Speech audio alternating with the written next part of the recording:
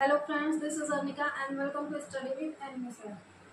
लोकोक्तियाँ और मुहावरों की आज हमारी ये दूसरी क्लास है। और लोकोक्तियाँ और मुहावरे करना आसान इसलिए हो जाता है क्योंकि जैसा हमने कल भी बताया था कि यह हमारी बोलचाल की भाषा में भी आता है, जिसको हम कहते हैं कहावतें कहना। लोकोक्तियाँ का मतलब ही यही होता है कि लोगों द्वारा कही गई उक्तियाँ, ठीक है।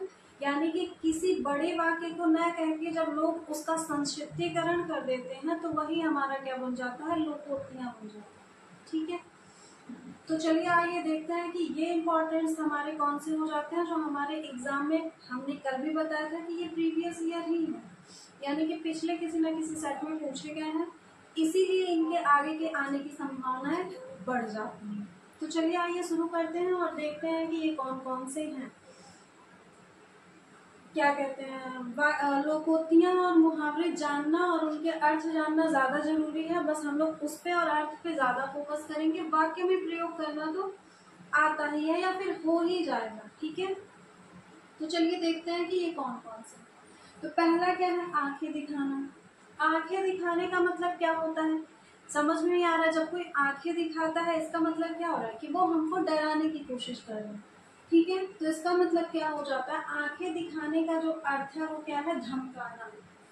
कोई हमको धमकाएगा कब, अब मान लेते हैं कि हमसे कोई उधार लेके गया है, अब जब हम उसका पैसा मांग रहे हैं, अब वो किसी बड़ी पार्टी का है, वो हमको धमकाने लगा, तो यहाँ पे भी ये हम लिख सकते हैं कि वह मुझसे 1000 रुपया उधार लेके गया है, जब मैं उससे मांगता हूँ तो वह मुझे आंखें दिखाता है, ठीक है। अब अगर इससे बेहतर कोई आप लोगों के वाक्य में प्रयोग हो तो आप लोग उसे भी कर सकते हैं, क्योंकि वाक्य में प्रयोग क्या है, मतलब अपने वाक्य में प्रयोग करना। बाकी अर्थ और मुहावरा तो सेम रहेगा, वाक्य में प्रयोग अपने हिसाब से ही करना होता है। तो आंखें दिखाने का मतलब क्या होता है, धमकाना होता है। अगला हमारा क्या हो गया, आकाश पाताल एक करना। आकाश पाताल एक करने का मतलब क्या होता है, असीमित प्रयास करना, यानी कि हमने इतना प्रयास किया जिसका कोई सीमा ही नहीं है, यानी कि बेहद प्रयत्न करना, ठीक है। तो आकाश पाताल एक करने का मतलब असीमित प्रयास करना। और असीमित प्रयास हम लोग कब करेंगे, जैसे आप लोग अपने एग्जाम्स के लिए भी क्या कर रहे होंगे, अथक प्रयत्न कर रहे होंगे, ठीक है। तो असीमित प्रयास करना हम कब कह सकते हैं कि वह इस वर्ष आईएएस की परीक्षा के लिए असीमित प्रयास कर रहा है, ठीक है। अब आईएएस चूंकि बड़ी परीक्षा है इसलिए सुनने में भी अच्छी लगेगी, तो यहाँ पे वाक्य प्रयोग हम लोग क्या कर सकते हैं कि वह इस वर्ष आईएएस की परीक्षा के लिए असीमित प्रयास कर रहा है, ठीक है। या आकाश पाताल एक कर दे रहा है, वह इस वर्ष आईएएस की परीक्षा के लिए आकाश पाताल एक कर दे रहा है, ठीक है। अगला क्या हो गया, एक अनार 100 बीमार। इससे तो सभी परिचित होंगे। एक अनार 100 बीमार का मतलब क्या होता है, पता चल रहा है सुनने में ही कि एक ही अनार है लेकिन उसके क्या है, ज्यादा खरीदार, ठीक है। तो एक अनार 100 बीमार का मतलब क्या हो जाता है, एक वस्तु को प्राप्त करने के लिए बहुत से लोगों का प्रयास करना, यानी चीज तो एक ही है लेकिन बहुत लोग उसके लिए क्या कर रहे हैं, प्रयास कर रहे हैं। तो जैसा कि आजकल हो गया है कि वैकेंसी बहुत थोड़ी सी मात्रा में आती है कंपटीशन की, और उसके लिए फॉर्म्स पड़ जाएंगे 20 लाख 25 लाख, और सीटें कितनी है, 5000 6000। तो इसका मतलब क्या है, वहां पे भी तो यही है ना, एक अनार 100 बीमार, ठीक है। यानी कि एक सीट के लिए 100 और 1000 के बीच में फाइट करनी पड़ती है। आप लोग भी इसके आगे फिर वही करने वाले हैं, उसी भीड़ में शामिल होने वाले हैं। तो वहां पे हम लोग क्या कह सकते हैं कि आजकल एक छोटी सी नौकरी के लिए सैकड़ों सिफारिशें करती हैं। तो ये तो यही वाली बात हो गई कि एक अनार और 100 बीमार, ठीक है। जैसा कि हमने बताया है कि मतलब सीटें कम ही आती हैं, 5000 6000 सीटें आ गई, या फिर अगर कोई बड़ी वैकेंसी भी है जिसमें 10-20 हजार सीटें आ रही है तो फॉर्म की संख्या भी उसी हिसाब से बढ़ती है, 50 लाख 55 लाख 40 लाख। तो वही तो हुआ कि 100 सीटों पे एक व्यक्ति का फाइट होता है, ठीक है। तो आजकल छोटी सी नौकरी के लिए भी क्या होता है, सैकड़ों सिफारिशें आती हैं। तो इसे कह सकते हैं कि एक अनार 100 बीमार, ठीक। अगला क्या हो गया हमारा, कान पर जू न रेंगना। कान पर जू न रेंगना मतलब यानी किसी की बातों को अनसुना करना। कोई बड़बड़ा रहा है और सामने वाले को फर्क ही नहीं पड़ रहा, वो अपने ही में मस्त मगन है। तो इसका मतलब वहां पे क्या बात हो जाएगी कि मैं तो इतनी देर से चिल्ला रहा हूँ और उसके तो कान पे जूं ही नहीं रेंग रहा है। और ऐसा कब होता है?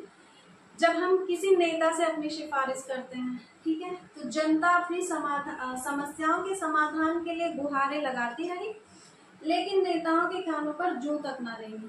ठीक है, यहाँ पे हमारे जनता और नेता के बीच का जो डिस्कस होगा वो ज्यादा ही अच्छा लगेगा।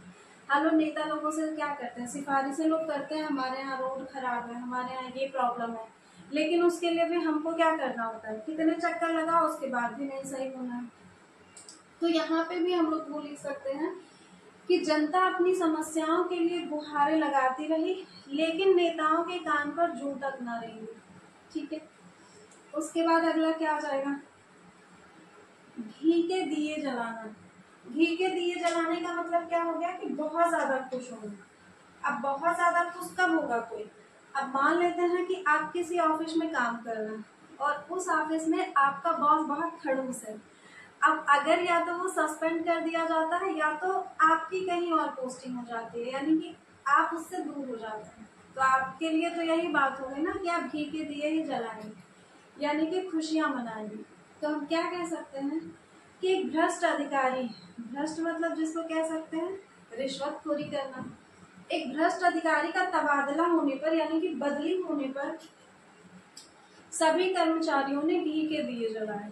ठीक है, एक भ्रष्ट अधिकारी का तबादला होने पर सभी अधिकारियों ने घी के दिए जलाए। ठीक, छक्के छुड़ाना, इसको तो बताने की जरूरत नहीं होनी चाहिए। छक्के छुड़ाना मतलब बुरी तरह से हारना। इसमें हम लोग सीधे से क्या कह सकते हैं, अपनी इंडियन आर्मी की बात कर सकते हैं कि भारतीय सेना ने पाकिस्तानी सेना के छक्के छुड़ा दिए। ठीक है, इसमें हम थोड़ा सा अपने इंडियन आर्मी को प्राउड फील करवा सकते हैं कि भारतीय सेना ने पाकिस्तानी सेना के छक्के छुड़ा दिए, यानी कि उसको बुरी तरह से हरा दिया। ठीक है, अगला ही आ जाता है हमारा 7वां नंबर का जो है वो तिल का ताड़ बनाना। तिल का ताड़ बनाना मतलब छोटी सी भी बात को बड़ी बात बना देना। कोई छोटी सी बात थी लेकिन उसको क्या हो गया, लोगों ने खींच खाच के बड़ा कर दिया। ठीक है, और ऐसा गांव में अक्सर होता है, बात छोटी सी होगी पर वो फैलते फैलते अपने आप ही बड़ी हो जाती है। ठीक है, इसको हम लोग क्या कह सकते हैं, बात तो बहुत छोटी सी थी, हम इसका वाक्य में प्रयोग किस तरह से कर सकते हैं कि बात तो बहुत छोटी सी थी पर राम और श्याम ने आपस में झगड़ा करके तिल का ताड़ बना दिया, यानी कि जब दोनों झगड़े करने लगे तो बात और बढ़ती गई।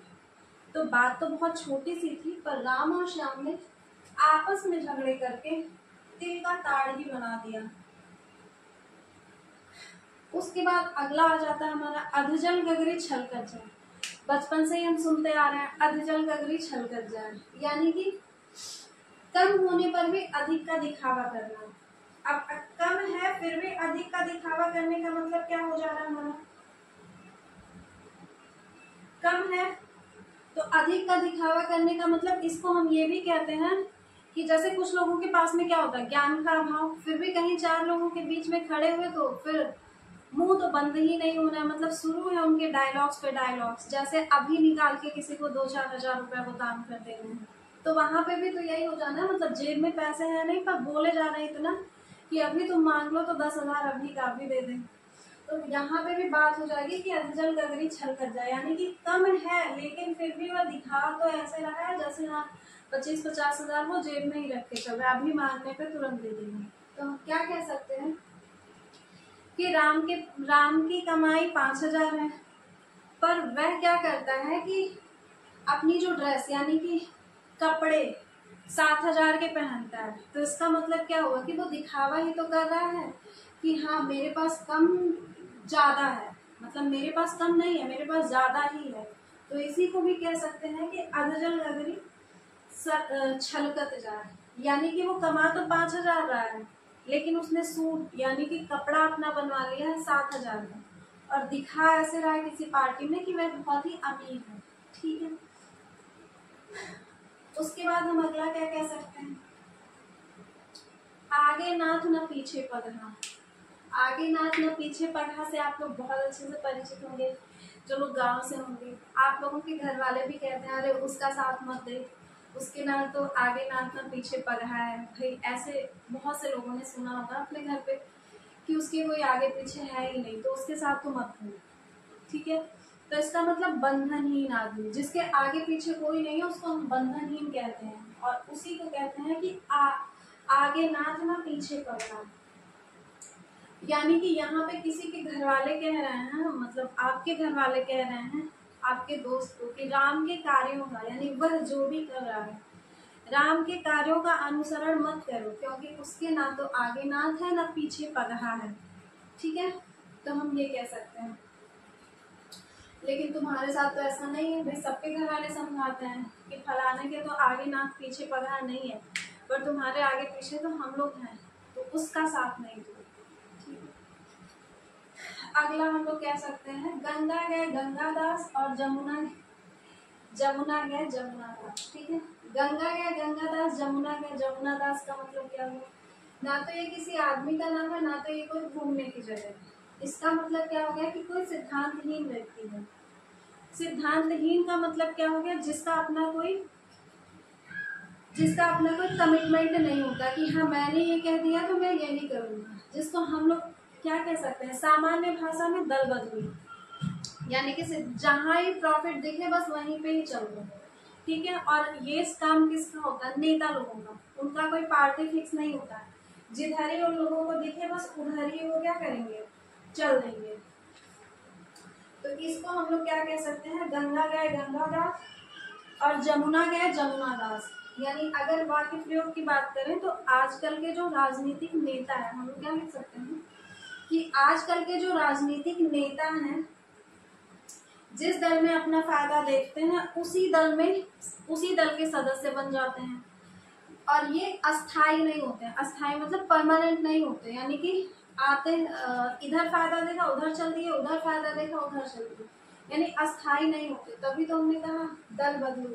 तो आजकल के राजनीतिक नेता जिस दल में अपना फायदा देखते हैं उसी दल की सदस्यता ग्रहण कर लेते हैं। ये तो वही बात हो गई कि गंगा गए गंगादास और जमुना गए जमुनादास, ठीक है।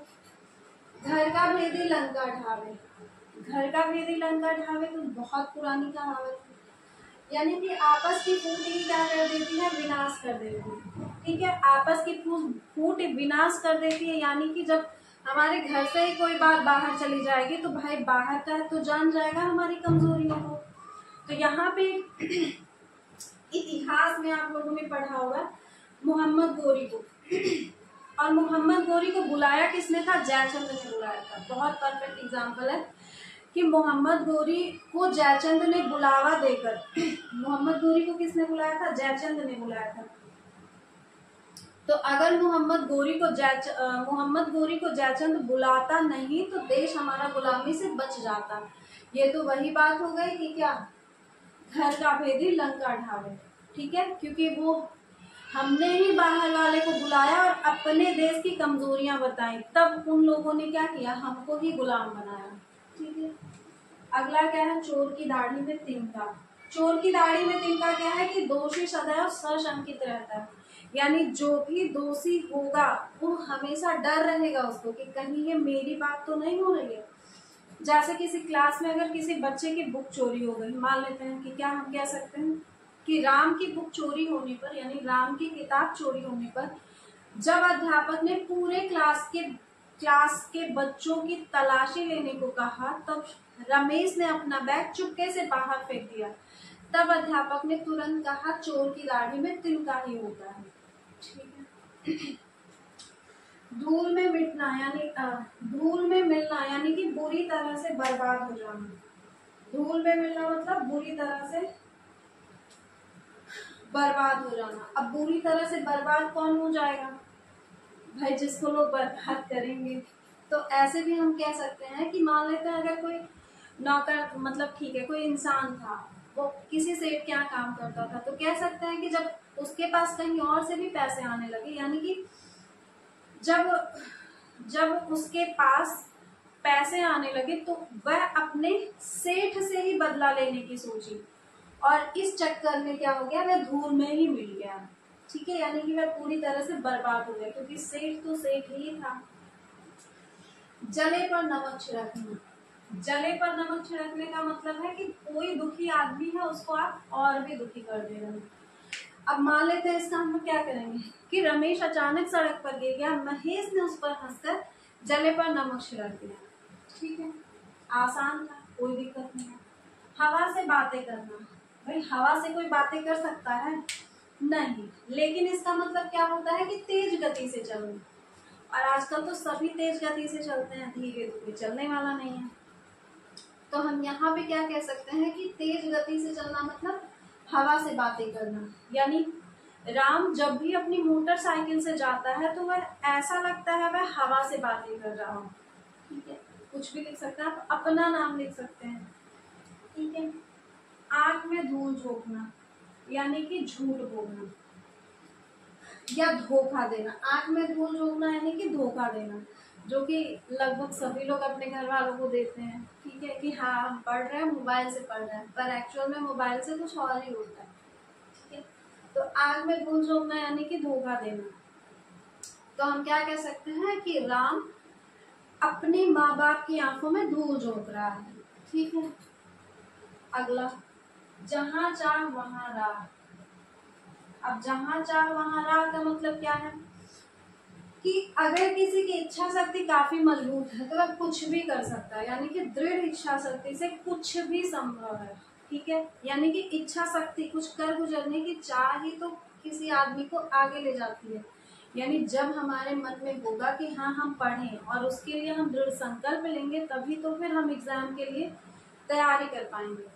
ठीक है, तो इसका मतलब यही है कि जहां चाह वहां राह। तो इसके लिए हम क्या कह सकते हैं कि रमेश बैंक में नौकरी करना चाहता था, इसके लिए उसने कठिन परिश्रम किया और वह नौकरी पा गया। तब लोगों ने कहा कि जहां चाह है वहां राह। ठीक है, दूध का दूध पानी का पानी करना। दूध का दूध पानी का पानी करने का मतलब क्या है? मतलब ठीक ठीक न्याय कर देना। ठीक है, दूध का दूध पानी का पानी करने का मतलब ठीक न्याय करना, यानी कि सही डिसीजन लेना। और डिसीजन लेने का काम किसका होता है? जज का होता है। तो यहाँ पे हम लोग क्या लिख सकते हैं कि चोरी का अपराध सिद्ध होने पर, चोरी का अपराध सिद्ध होते ही जज ने चोर को सजा सुनाई। इससे क्या हो गया? दूध का दूध और पानी का पानी हो गया। यानी कि जब किसी ने चोरी करी थी और कोर्ट में पेश हुआ तो जज ने उसको क्या किया? सजा सुना दी। तो इससे ही दूध का दूध पानी का पानी हो गया कि वही चोर था। तो ये थी हमारी लोकोक्तियां और मुहावरे की क्लास।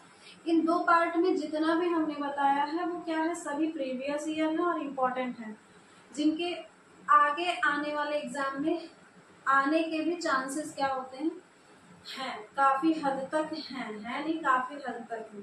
ठीक है, तो आप लोग इसको रिवाइज कर लेंगे और इसकी प्रैक्टिस कर लेंगे, क्योंकि ज्यादा इंपॉर्टेंट क्या है, हमने जैसा कहा है कि सिर्फ वाक्यांश और उसके मतलब लोकोक्ति या मुहावरे और उनके अर्थ वाक्य में प्रयोग करना सबके लिए आसान हो जाता है। ठीक है, तो आप लोग क्या करेंगे, इसका स्क्रीनशॉट ले लेंगे और एक बार रिवाइज कर लेंगे। एक बार में तो तैयार हो जाना चाहिए।